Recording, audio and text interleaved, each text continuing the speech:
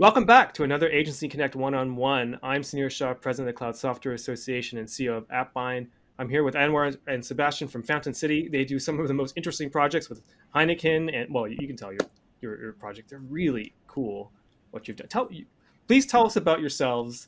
Introduce yourselves and tell some of the cool projects you have on your site because I think you do some of the most interesting digital agency work I've ever seen. Thank you. So my name is Sebastian, and I'm the CEO of Fountain City. We do full service solutions for our clients, everything from strategic consulting, collaboration through specific initiatives, and then they could be like software development, lifecycle projects, could be team augmentation, building, um, agile, ongoing development, and so forth. We have three main domains that we provide service in, or the solutions end up becoming in these three domains, which was creative, technical, and marketing. And in terms of projects that we have ongoing right now, our clients are always kind of, there's different projects that are coming and going. Right now, I would say our biggest projects, one is with a tire company. Another one is with like a bird aviation training company, like a new business that's like growing and needs a lot of new solutions to integrate their different systems. And then actually just this last week, we're starting a new engagement with one of those dream stories of an artist who starts with nothing and becomes a millionaire and has like lots of books published and online courses, and we're bringing them into our care to help them develop new online courses and take over the whole website. So we've got like 35 active clients at any given moment around approximately. So, and it's very, very diverse, the different kinds of clients we have. I love that your website portfolio alone is just some of the most interesting projects spanning from, I mentioned the Heineken experience. You did a project there, which is a cool place, in Amsterdam, if you haven't been, really cool. And then you have like a Q&A site, like such a wide variety of interesting projects, which to me is like when I worked in agency life was the most exciting thing about agency work is being pulled in interesting creative expressions for myself, like whatever I can do. Now, I have a key question, right? Like for other agencies listening to this, you got here. I don't know how, but it's really admirable. How do you find clients? Is it referred from other people? From do you do outbound? How do you get these amazing clients? And how long did it take you to get to this level? I've been working in tech and in a creative space since 1996 or 7. Fountain City started in 98, so it's been quite a while. It's been so right now, in the present time in 2022, we're still getting the majority of our clients through networking and referrals. A lot of those referrals and networking ends up being also a lot of other agencies or other partnerships that we develop that we collaborate on projects with. And then about 10% of our new clients come in through, either outbound marketing or SEO or ads or things like that. We're looking to potentially grow that a little bit in the future, but still right now we're focused a lot on just that natural kind of more organic growth through networking and referrals, because you need to build trust with people in order to do projects. And a lot of clients come to us after they've had problems with trust with other agencies or other nearshore offshore teams, or whatever it is their experience has been. And that's kind of one of our big things, is just that we really promote and sell that kind of real long-term empathy, trust built relationship with our clients, and accountability. So, and that takes time, and it's hard to mass market that, right? So trust is more of a one-on-one experience. I mean, that's 100% right. And maybe a good segue to like get onto the topic. So the whole point of the podcast is if you can't get the digital under control, you can't get the agency under control. But one of the most lost part of that story, which I like to focus on at the beginning, is for your clients, it's the same thing. I mean, the fact that you have such a wide variety of interesting creative work, doesn't make it easy to like put you in a box. But from the client's point of view, I'm curious how you describe it, like how you position yourself. Like what is the chaos you're bringing to order for clients? How would they describe you? Like how would they find you? What do they think about you before they even say you're the people? hmm I mean, I think it depends a little bit on the clientele that we're working with, but in general, so when I talk to clients and I ask them questions like, why do you love us? Why do you come with us? And so forth. For a lot of clients, it is that full service experience, the fact that they can come to us with their business at whatever stage they're at, and we can really analyze it, collaborate with them, and help them to see either the bigger picture or the next step, or be able to develop the strategies they need in order to achieve that next level of growth. And we're highly service orientated, I would say. And even though we're doing a lot of creative technical projects, it's that service mindset that kind of sets us ahead. We've also gotten a lot of compliments on that, on our project management services and how well we're structured we are, with an emphasis on quality and so forth. So I would say it's that very customer centric experience, um, very centered on the work that we're doing. We're not just looking to close high volume of sales. We're not just looking at things in terms of profit. We're really looking at doing a really good job and bettering ourselves and really helping clients to flourish. And then, it's a natural consequence that that just results in like business growth and profitability and all those other kind of things happen Well, let's take as. the converse of this question too, because you threw it out there. I'm going to pick it up. So you mentioned that some clients come to you, and this happens all the time. I mean, I was a client. I've been burnt many times by agencies who just didn't deliver. And like the Mhm. fundamental promise that every client is asking every contractor is just take care of it for me because I'm freaking the hell out. Bring it under control and calm me down. That's Mhm. it. It doesn't matter whether you're talking about digital agencies or auto mechanic fixing your car or a nail salon on the wedding day for the bride. She's just like, it doesn't matter. That's the only promise. Take care of it for me. Bring it under control. Calm me down. Right. So what did not go well that these other agencies that you ended up fixing? I'm curious about that because that's, I think, a good lesson for everybody else. I mean, it depends. It depends on the problem that they're having, but this is something that, there's kind of like this unconscious or like like from all of my experience process that happens when I talk with clients. But some clients might be stuck in the firefighting mode, and everything is an emergency. And so for those clients, the problem is really process.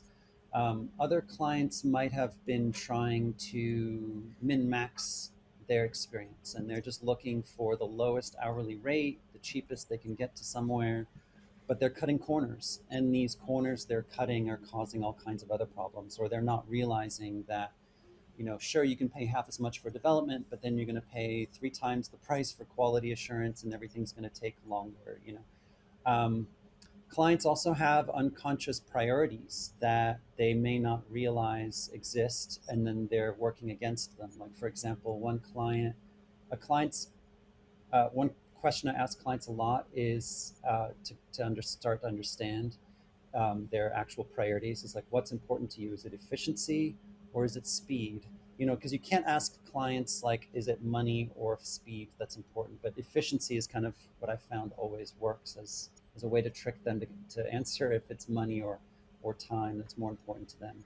And just that answer alone can be very insightful, because if we have some clients that are hyper focused on efficiency, meaning they don't want to waste a single dollar doing something in the wrong direction. And so then you need slower, more methodical, more quality driven processes, where you're and you might have like an approval window that's very small, like you're only approving tiny chunks of work or the next step all the time. And then you have other clients that really need something done yesterday. And every day that something's not done is costing them money. So you really need speed, you need to have pre authorization.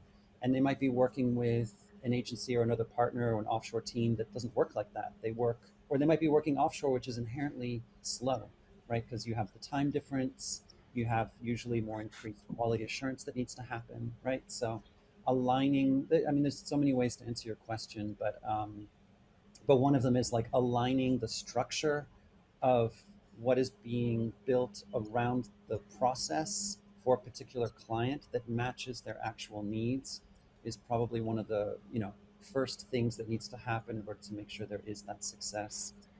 And then just really understanding, why is it that the client had problems in the past, and get them to tell us what it is. You have to manage clients' expectations and make them happy in the end, or you're not successful. And that's more important than anything else. If the client doesn't like you and doesn't like the work and isn't happy with the results, but you're on time, on budget, and did everything they asked for, it's still a failure, right? So you have to manage those expectations. And then the last thing I want to say about this is that, and then if you want to think of it even more meta, and this is where it can get really challenging, is what's best for the client's business is sometimes not what they're thinking about. And you might be driven towards a project that in the end is going to make you money, but it's not going to help their business. And being able to navigate that can be, it's a, so then you start getting into like client education, client consulting, client strategic collaborative thinking, and like how do you bring a client towards the right path, the right way of thinking that's going to be good for their business in a way that doesn't impact the agency themselves, because there can be a little bit of a conflict of interest in that, and that can be, because in that sense, like you're, because I think also a lot of other agencies get stuck in the short-term thinking, like, oh, you want shoes, here, let me sell you my most expensive shoes I have. But maybe the client doesn't need shoes, maybe they need, I don't know, A bike, better a gym boat. equipment or a Yeah. bicycle or something else, right? Yeah. Something maybe that you don't even do, and that's what's really going to be better for their business. And so it's thinking first and foremost for the client's benefits, even if that means then that you're cutting yourself out of the process, right? Because you have to kind of think, if you're a service orientated business, you have to think about servicing your client Well, it's no first. surprise to me that you have 90% of your business coming from referrals because that's how you build the referral. Like being that trustworthy, dependable Yeah. person, clients, honestly, with my own experience, I mean, to insert myself into your story, but it was so much of what you said to me reminded me of my own experience. And at no point have we yet talked about really your digital skills. Like we're not, everything here is like client therapy, which is, Mhm. I think, a lot of what agency life is being that sound like being that good coach to bring the clients are always in chaos, right? And your job is to bring them to order. They might not even know where they're going. And in my own experience, like as long as actually started telling the clients, you're not hiring me for whatever you think that you're hiring me for. As long as at the end of the project, your business is back under control, in your control, and you're calmed down, you're gonna love whatever I do. In fact, you may not even care about any deliverables. I will deliver them because I want to get paid, but you may throw them in the garbage. I don't really care, right? And you're gonna love me at the end of the project, whether you feel if you feel calm and in control or you don't. And if you don't, you're gonna fire me. That's it. Simple. And when I started realizing that, then I got to like better outcomes and longer term clients faster because it's actually a lot of it is not the like ad management or design or SEO. It's this stuff. So sorry, I've stolen your story with my own thunder. Thank you for No, I mean, I agree with it's a you. great story. There are fundamentals though that are still there, right? And that's what I was trying to hint at as well. Yeah, Like their business isn't growing and it's shrinking, even though you have them, let's say, in a love story with you, and they love working with you and everything's great, but their business hasn't been improving, it will still have an end, yeah. either their business is themselves is ending because of the lack of improvements, or because they start looking somewhere else. And sometimes that could be a cost consideration, it could be an ROI consideration, could be just that you do something and people don't like it. So you still have to look at the output and what's helping the business, but yes, you have to manage that also with the client expectation management and client happiness factors. So I should ask, actually, now we're on this path. How long are your typical engagements with the clients? Are you like mostly doing like short-term projects, or are you keeping them on long-term? Like, what is your typical life cycle? yeah, I mean, I would say we have clients typically between, trying to think of the average out there and also balance it against the size, but probably somewhere between like 2 to 5 years, I would say, is like a good length client engagement typically.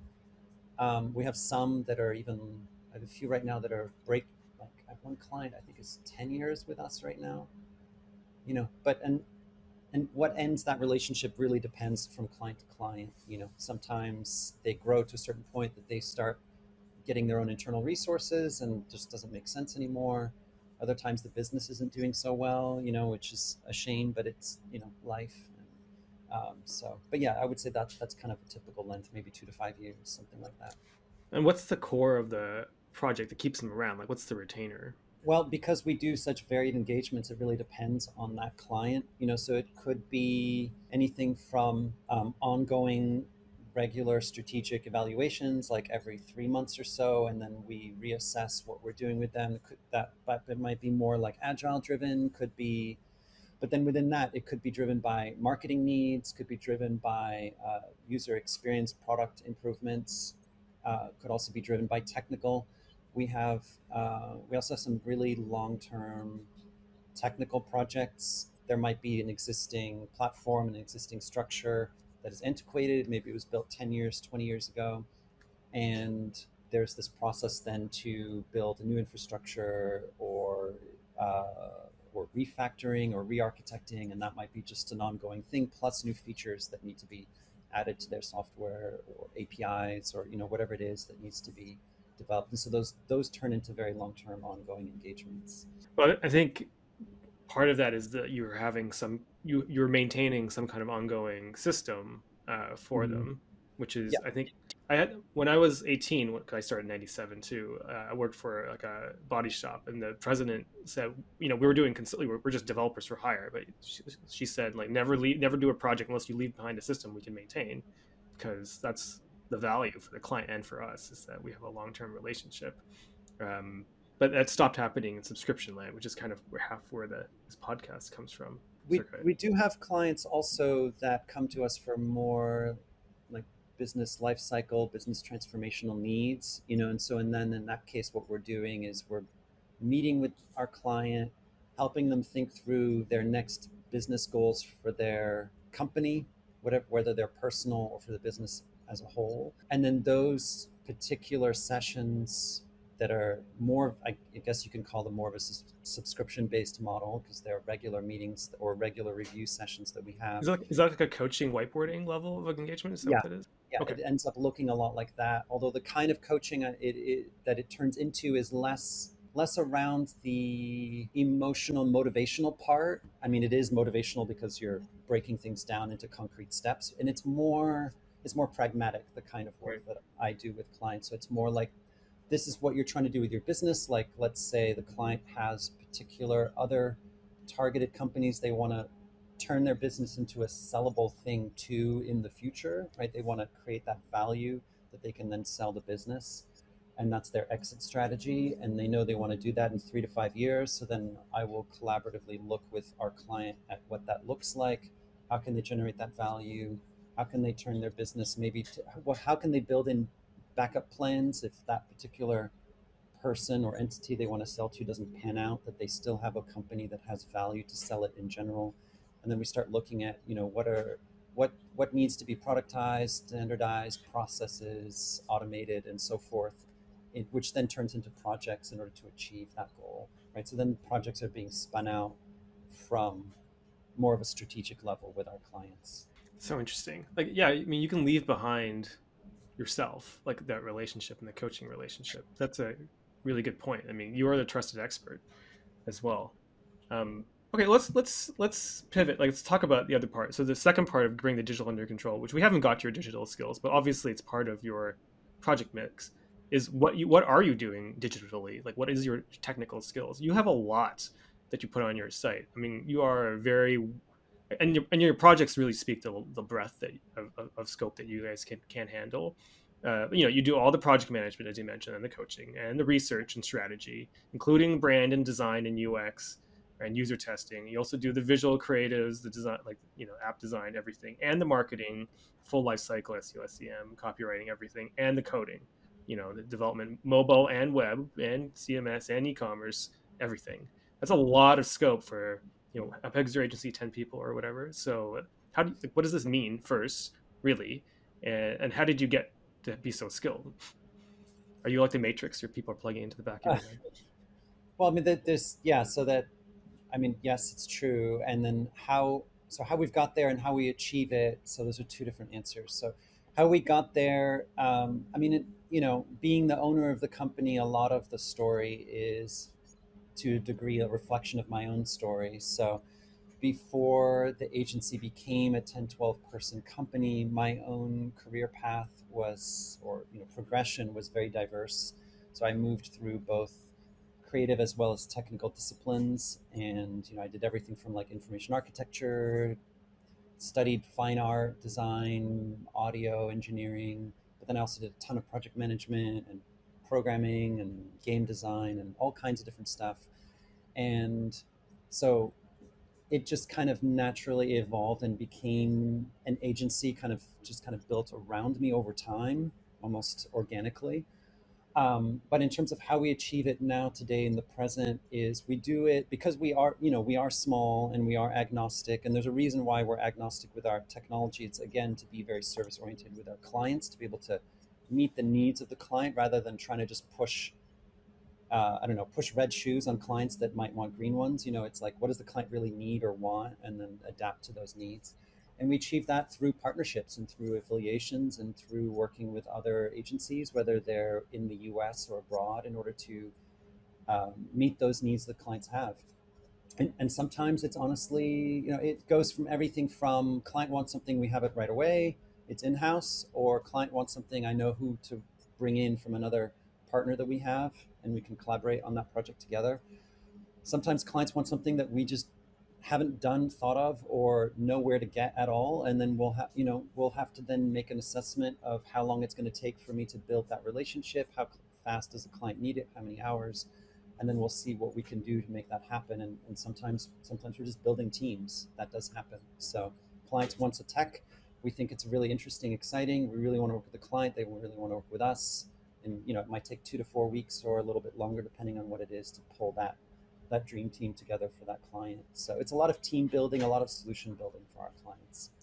So the software company half of my audience, the idea of like an agency is actually a network of agencies is like still a mind-blowing concept. But for the average agency, maybe it's not so mind-blowing because it's pretty common, but there are pretty common problems when you start building like a network of subcontractors. Number one, that finding the dream team, because you have to trust them the same level that the clients trust you. So what is your, I think people ask this all the time. How do you find good? What they mean is, how do you evaluate? How do you build relationships? How do you prove that you're a worthy partner to someone else? Because it's easy to meet people, but evaluating them and having them also like you, it's dating, right? But how do you agency dating? That's what the cocktail party should be. It should be we should have swipe left, swipe right. That's what we should do for the cocktail party going forward. But so how did you do it? Like, how did you build such a network? Yeah. I mean, it's just, I guess, get really good at dating. Yeah. Yeah. It's a lot of meeting people, a lot of finding ways to validate your relationships quickly, finding ways to start these new relationships in ways that are insulated, right? So that you have a level of degree of control or protection to make sure that things don't go awry. If you met someone new, like you mentioned, you don't do the marketing so much as in the pre-interview as Mhm. the other things. So there's lots of marketing. It constantly changes. So imagine, for whatever reason, TikTok. You're not TikTok. You don't have a TikTok competency. Suddenly, you need TikTok marketing, which seems plausible because it's Yeah, 2022 and we all have to dance.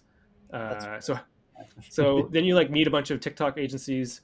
Let's say I'm at the Agency Connect cocktail party, whatever. And then you're like, okay, I met this person. We had a good Zoom call because it's near this crazy Canadian, but I don't know if I trust you. How would you get to know them? Like, what would you do to evaluate them if you had a client who needed TikTok? They might be a possible fit. I mean, the first step is the personal conversation connection, ideally through video or in person, right? And there's a lot of subtle things going on there. It's like eye contact, trust. Is the person just trying to like smooth talk me with things that they do or don't do? And is this someone that I can build trust in a relationship with? And this part is really subtle and hard to like standardize or formulate into something that I could just say like check 3 boxes and you got it. But beyond that, the next step for me is like, okay, I'm the client. Tell me your process, what you're going to do, show me examples of your work, walk me through it. Does that turn into like a 30-minute very long discussion that doesn't really give me something that's really concrete, or does it sound really, is it very tangible? Can I really look at things? I need to understand exactly what that person is doing and what I'm going to be getting, and I just pretend I'm my client. So I guess part of it is teleporting myself into the shoes of my clients that I have and know that I will be having, and pretend I'm them. and make sure that I'm getting the right experience or the right deliverable from that person before I even engage. I guess it's like lifting the hood and going into the shop, right, and touring it and really getting a sense of what that person or agency is delivering to start to understand if it's what we actually need and what the client needs. So And my after or, that, my it's my testing them out. orientation here is that when your actual client, one of my experiences is like the pressure in a client agency relationship is much higher than a client direct relationship with any vendor because they've outsourced the pain and suffering control to you, and you increase pain and suffering. It's like a failure of the fundamental promise of the relationship, and therefore as an agent, most agencies I know are very careful with their relationships because with their suppliers, because you can't risk it. So you must have had really great experiences and really bad experiences yourself trying it out, like, because each one of these are risks. I was wondering if For you could tell a sure. story of a great experience, because I think that's really more informative to other agencies how they can be better agencies. I mean, bad experiences, I'm sure there's a million ways to fail as an agency, but who's been a really great partner of yours and why? Trying to think through like the best one. I Well, feel bad for all your subcontractors. Or is it no, no, who's my I mean, favorite child? I'm not going to call out names right now if that's No, okay. But no. so I mean, I can think of like a really good tech and a really good creative, partnership that we've had. I mean, on the really good creative part, I remember at one point 6 years ago, I really needed a new creative partner, and I think I looked through 350 portfolios or something like that, Oh my and then god. came with like a top 10, and then from that whittled it down to like a top three, and then picked one. And so it was a very intense, grueling process. But I mean, I got it down to the point. I was probably even more than 350 portfolios. I mean, I was basically evaluating each portfolio in less than 1 minute. In 1 minute, I would already know if that portfolio was worth my time or not. Um, It so was there's that Tinder kind for of you. stuff. That's really what it was. Mhm. Swipe left, swipe right. It kind of, I mean, there is an element of that. If Sure. we're looking for, well, okay, so yeah, sorry, I'm going to deviate from your question. Your question was like really positive relationships. So, I mean, with this particular creative engagement, um, it's kind of ticking the main boxes that we need. It's someone who's really good at what they do, and then also really good at engaging and working with clients and has all the soft skills that are required. So it's like really good tangible skills and soft skills combined. And then that long term trust, that long term desire for that long term engagement with us, which then translates to our clients. And then with tech, it's very similar in the sense of that willingness for that interest in that long term engagement with us. Because if you find someone who wants a long term engagement with you and you want a long term engagement with your client, you have an alignment. So you kind of want, I think, to give it a more broad recommendation, I would say that I try and always match the expectations, alignment, cash flow, and everything that I have with my client with my relationships and make them as close to one on one as possible. If you have a client who you're charging fixed price, but then you have an engagement with a team that's time and materials, and you're trying to pair the two together, Yeah, then you're a bank. You're market making. It's or if stressful. it's the opposite, if it's time and materials with the client and fixed price with your team, or when I say team, I mean your partnership. Subs. Yeah. The challenge you have, it's not just, there's subtlety in there because it's not just the cash flow things that change, but it's also people's motivation. If my motivation is, if you tell me you have a fixed price engagement, then my incentive, which you can't get around, it's no matter how much you talk about it, you still have an incentive that's built around the model, the design of the system you've created. And a Mm-hmm. fixed price relationship is incentivizing me to do as little work as possible to deliver something for you that I can repeat as often as possible.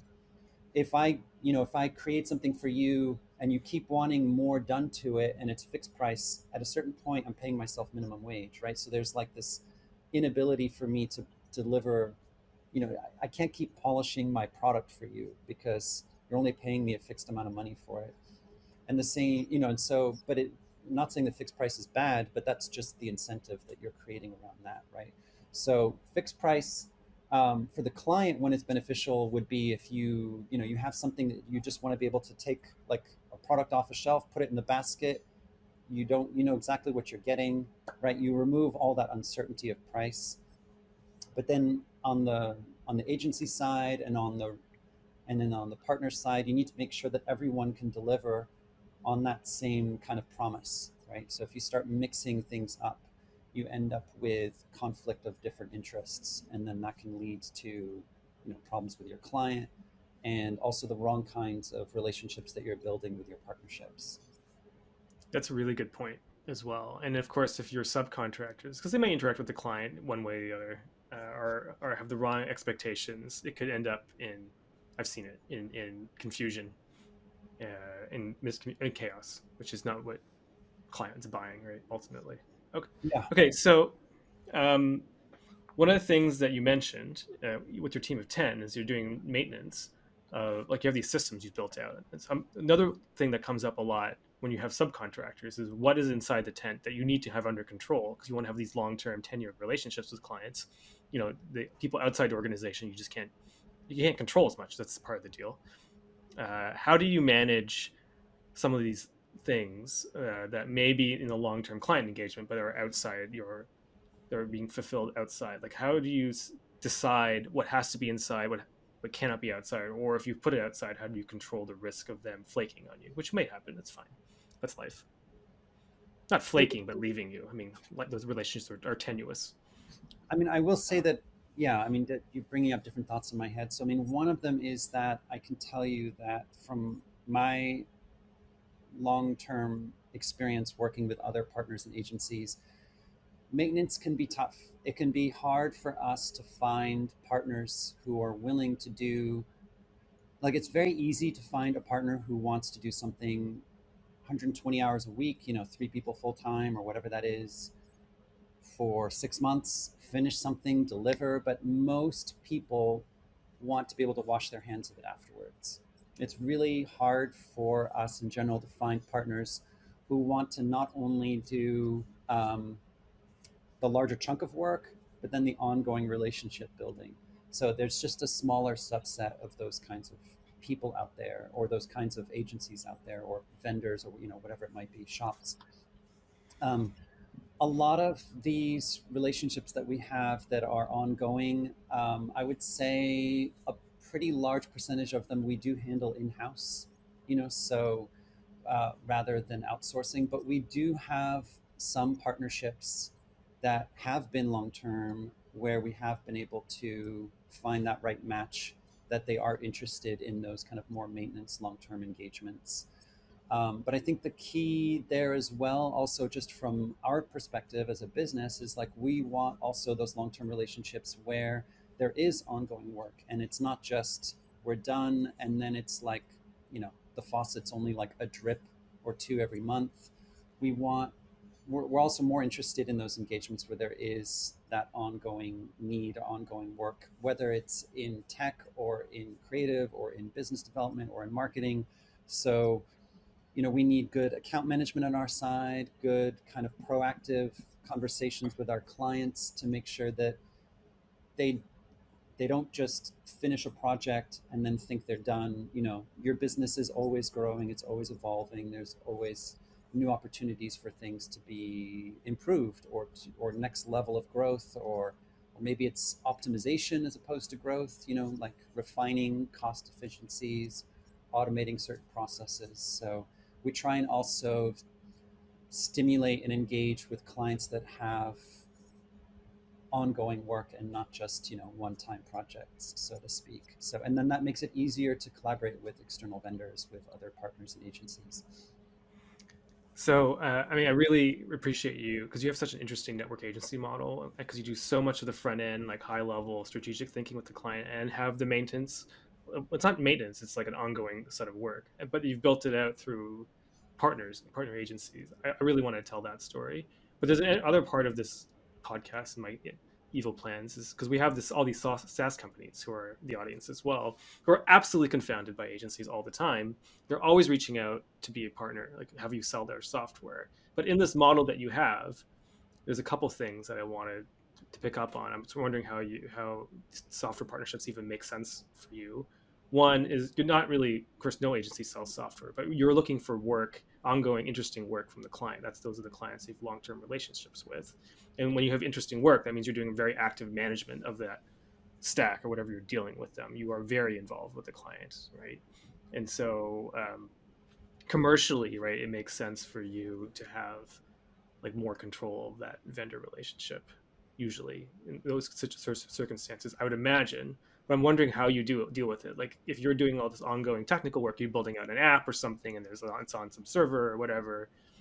How do you manage these software vendors in these engagements so that first it's efficient for you, so you're not asking the client all the time for vendor related matters, and second, it's powerful for you, so you can deliver more interesting work for the client. How do you manage the vendors, the software It, vendors? yeah, I mean, it depends a little bit which sector we're talking about here. So if it's technical tools, um, then a lot of those decisions are taken by our technical leads, right? We might do a little bit of that front forward at like the strategic level or the account level, but we try and have our technical leads for the client taking a lot of ownership of that. And so, if that turns into a particular SaaS platform or a particular set of tools that are technical that help facilitate that, then honestly, it's our tech leads that are the ones that need to be getting like that buzz of like the latest new great tool or solution that's going to be helping our clients. If it's a marketing tool set, then that would be again our marketing team. So we do a lot of like delegation of decision making on these different software tools out to the different leads of our team. It's like a stakeholder or design by committee approach that we take on a lot of these projects. And that's different than, let's say, our internal tools and our internal management or internal oversight systems that we might have that we're using to manage multiple accounts or things like that. Obviously, that we also have tools that we're using for ourselves or Well, I guess my question is more about the love triangle, because this is actually, I think, from a partnership podcast that we are like the software vendors want relationships with your customers directly, your clients directly. They don't want you involved. Not all of them. Some of them do. I'm characterizing the right. industry's current position in general, although we're trying to improve it. And then your clients, sometimes they want that. Sometimes they rather you take care of it. And then from your point of view, just from a time management point of view and a level of capability and just getting things done, it's easier for you to manage the stuff. And hence the love triangle. And so, and you have so many different projects. I don't know if you have a standard process around how like everything's subscription based, like how you decide. Do you decide to bring like some like the hosting under your control, or do you make the clients get everything, give you logins? Because these are 10-year projects. How do you, who owns and manages the stack? Is it you? Are you expected to deal with that? And how do you get the clients to talk to vendors? Because sometimes they hate it and sometimes they're okay with it. There's a lot in the love triangle. Yeah, That's really the problem, right? So I'm I curious mean, how you deal with because it. we're so boutique and custom fit as a company, it really depends. I mean, I know maybe it's not the answer you're looking for, but it really depends on Well, the I have my client. own product to solve this problem. So the answer that I'm looking Uh, for is you bought 10 app binds, but that's not a fair answer. I mean, I'm it curious what depends your a your lot on the answer. client and on their needs and what they're looking for, what they already have.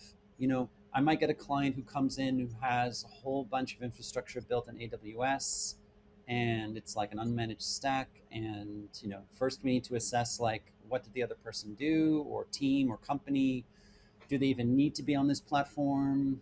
Um, what are their statistics and so forth? So we make an assessment. If it turns out the client's really it doesn't need or it doesn't have something that's very high spec, but and also is missing certain tools that we need and require, then we do have some in-house pre-made solution stacks that we just re-implement for clients. Um, but then other clients might need something that's totally custom, and they might need something on some other stack that no one else has, and so we'll adapt to those specific needs.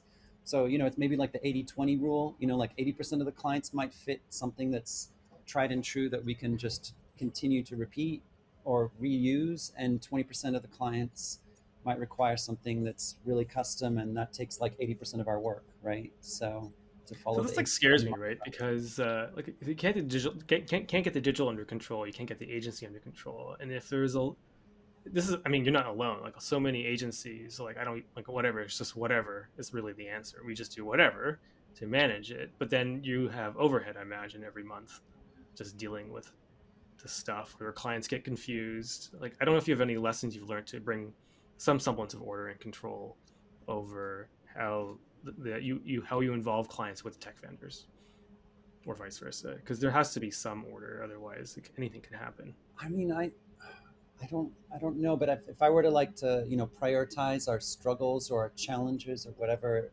we're facing, I wouldn't put this concern in the top three. It'd be somewhere around like, it would be lower than that. So Interesting. it's not, in terms of what you're talking about with control and management, for me, it has a lot more to do with having really good documentation, really good, like, if one of our developer, our main tech lead is sick or on holidays or whatever, and there's an emergency, like how easy is it for us to get someone new into the team, whether that's on our side or the client side or whoever, and can they just read through documentation to understand like everything that's been set up for this particular account and system?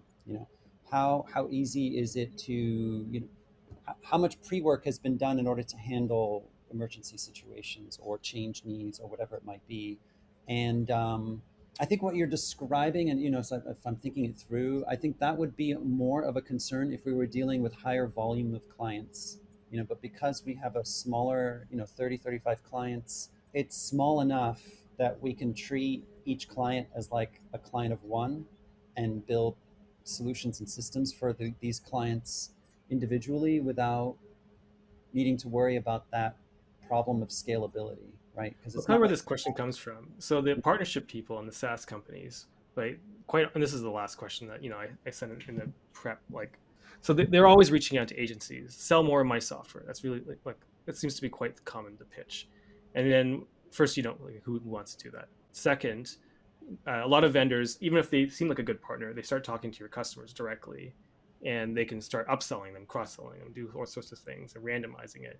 And all you're trying to do is just get the project done, right? And clients, it's like your plumber would never send you to buy your own pipes or solder or check valves or pumps, right? If they're fixing your flooded basement, you're basically fixing a leaky funnel or whatever it is. It's the same idea. You're a digital plumber, right? And so you've involved this client with a vendor. The vendor is very needy and pushy sometimes, a lot of them. Some of them are great.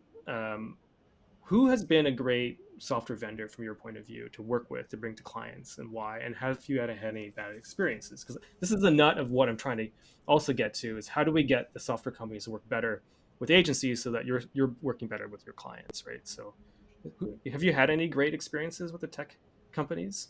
I'm trying to think of a situation where we have a client of ours working directly with a software vendor that we've referred them to. Well, even like AWS or Heroku or whatever, WordPress or something, you must be hosting Yeah, it somewhere, but then it's still, we're or are you still, doing it all? we're either managing it or we're kind of outside of it, right? It's like it's one or the other. I mean, I think at one point I remember Shopify was pushing us to resell with different incentives and things like that to our clients. But I think in the end, like our priority of determining whether the client is ideal on that platform or not takes precedence rather than like Yeah, I'm, exactly. I'm trying to Of think course of it a has. situation where like we just send a I mean, you would vendor to never. a Who does client that? without vetting first that that's what they should be using anyway. It's like we already know that that particular vendor is a good fit for the Yeah, yeah. client. No, no. Who? I mean, you would Please, never do that. I mean, this is the problem with the bad vendors. Like you mentioned, like WordPress, like you're managing it, so you yeah, must have a platform that you're using to host it yeah, that you liked. I yeah. mean, so are you just setting it all up for the client? The client setting it up. I'm just curious how you involve the client in these relationships, because you have to get it done. Like these things will require I stacks. mean, we're setting it up. I mean, like 99% of the time, or it's already been set up and then we're taking it over and then we're kind of like cleaning it up and Right, right. auditing it as we take over that system. Have you found, so been the best platform? I just want to find a good story in here. Who's been really supportive of you as an agency to learn how to manage like a portfolio of clients? Because you need support in all these things from the vendor. Has there been any good examples? I mean, I wouldn't say great or terrible. I mean, every vendor has like pros and cons or challenges or things you learn, like Interesting. I've worked with some, I mean, if we're talking about hosting, I've worked with some platforms where the customer support is amazing and they go above and beyond to be supportive or to offer refunds or free perks and all this kind of stuff to try and incentivize us to stay. But then their stack sucks, and like performance is terrible and we end up having to leave anyway.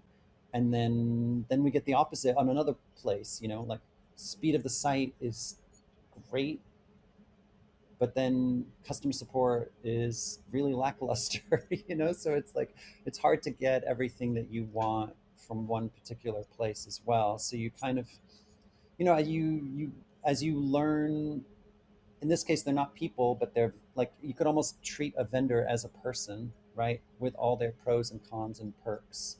And as you get to know a particular vendor's personality, um, you learn what they're good at or not, and if they're a good fit or not. It's kind of like a different kind of relationship that you're building. And then and then from there I learn like where they're suitable, so maybe in certain cases you want that kind, so like AWS or like platforms that are similar to that. I mean, you have to be willing to do a lot of the work yourself. Like it's so bare bones, and the billing structure. If we have get clients who have like just gone click happy, and or whoever was there before just added a bunch of services on it, and then they have no idea what their billing is going on anymore because AWS makes that really hard to understand for clients.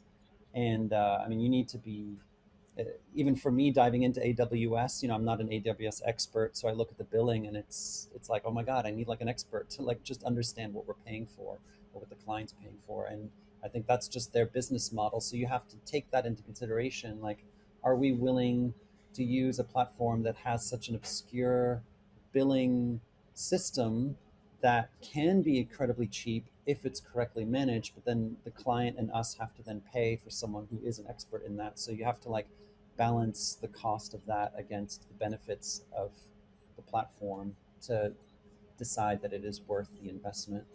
Um, so it's I think just that's a a good way to cap it off. I mean, because the way you described the way you're working with agency partners is the same way you're dealing with vendors. They're just another entity, it's right? And you have another to build trust, evaluate them, see who's good yeah. and bad, figure out where they fit in, try to build a long-term relationship. They're just Hmm. people, right? And a lot of times, uh, you know, I guess the lesson I would give to the audience who are listening from that point of view is, keep in mind that it's a relationship game still, and you have to do all the Yeah. things as Yeah, I well mean, from a trust point of view. oh yeah, so like I've worked with one telecom, a voice over IP company, and they were so on it and so great until I gave them money. And now that I'm a subscribed customer of theirs, it's like service is really lackluster, right? Like everything that they were great at from the outside, once you're on the inside, it's like not really there. And so then it makes it hard for me to then go to any of my clients and say, oh, you need a voice over IP, use what we use, or what we have used in the past, because they're like, so I think the challenge that, and this is with vendors as well as with partners. If we have a vendor who treats us just like a number and it's all short term, then we're not we don't have that long term positive experience with them, which makes it then hard for us to use them with our clients, right? So we want to be treated, or we want to see how they treat our clients is with also that long term foresight and not just like short term sales crunching their numbers, right? People who are passionate and in it for like the benefit that they're bringing to the world and to their clients are more likely to be vendors that we're going to end up loving, or that our clients are going to end up going to love, and we're going to want to reuse that vendor over and over again. I really appreciate Sebastian and Anwar you giving us the time to really explain what like a very high quality creative digital agency, how they view the world and how you organize like your time, your staffing, your clients' projects, like what you value. I think it's really important to understand what it takes to deliver projects at your level and the way you think. So thank you for making the time. Before we go, how do people find you? LinkedIn, email, website? How can they get in touch with you? Our website is fountaincity.tech. Fountain City is all one word.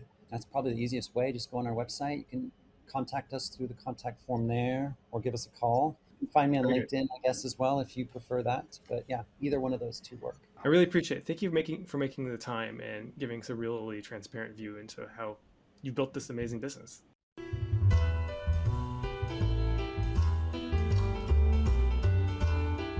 For more great insights on partnerships and software, like and subscribe, and we'll see you in the next video.